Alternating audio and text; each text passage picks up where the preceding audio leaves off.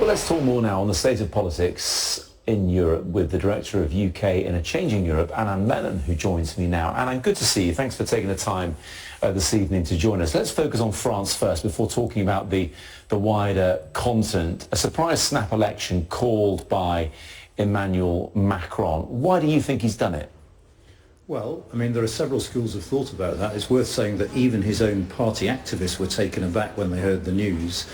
I think the rationale is that he hopes that he can stem the tide of the far right by holding a national election, by trying to rally the country against what he sees as a threat to the established political order. And I think as part of that calculation, he's probably thinking, firstly, there's a different electoral system for national elections, which might well help to fend off the far right. Secondly, people are more prone to protest in European elections than they are in national ones, which might limit the far right vote. And thirdly, turnout over the weekend in the French election was about 50%. You can probably expect about 70% for national elections. So for all those reasons, I think Macron's calculation is if we force this issue now, we can perhaps do better than we did in the European elections, defeat the far right, and that would, in a sense, set a platform for the French presidential election that's 2 years away.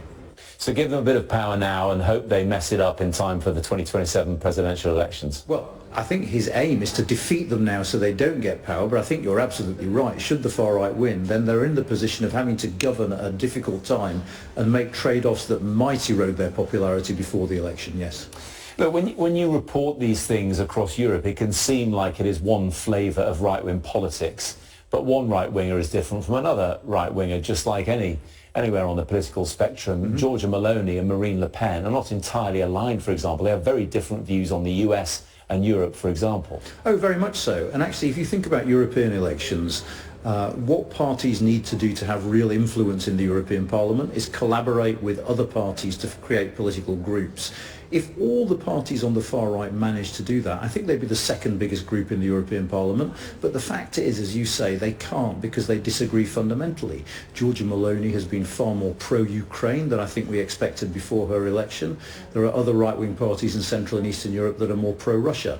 Take another example, Geert Wilders in the Netherlands. His party is very, very keen to reduce the size of the European Union's budget. Again, parties in Eastern and Central Europe whose countries receive money from the EU budget look at that with anathema. They absolutely don't want to. So these parties might call themselves right-wing or might be called right-wing, but you're absolutely right. They differ significantly in terms of what they're saying.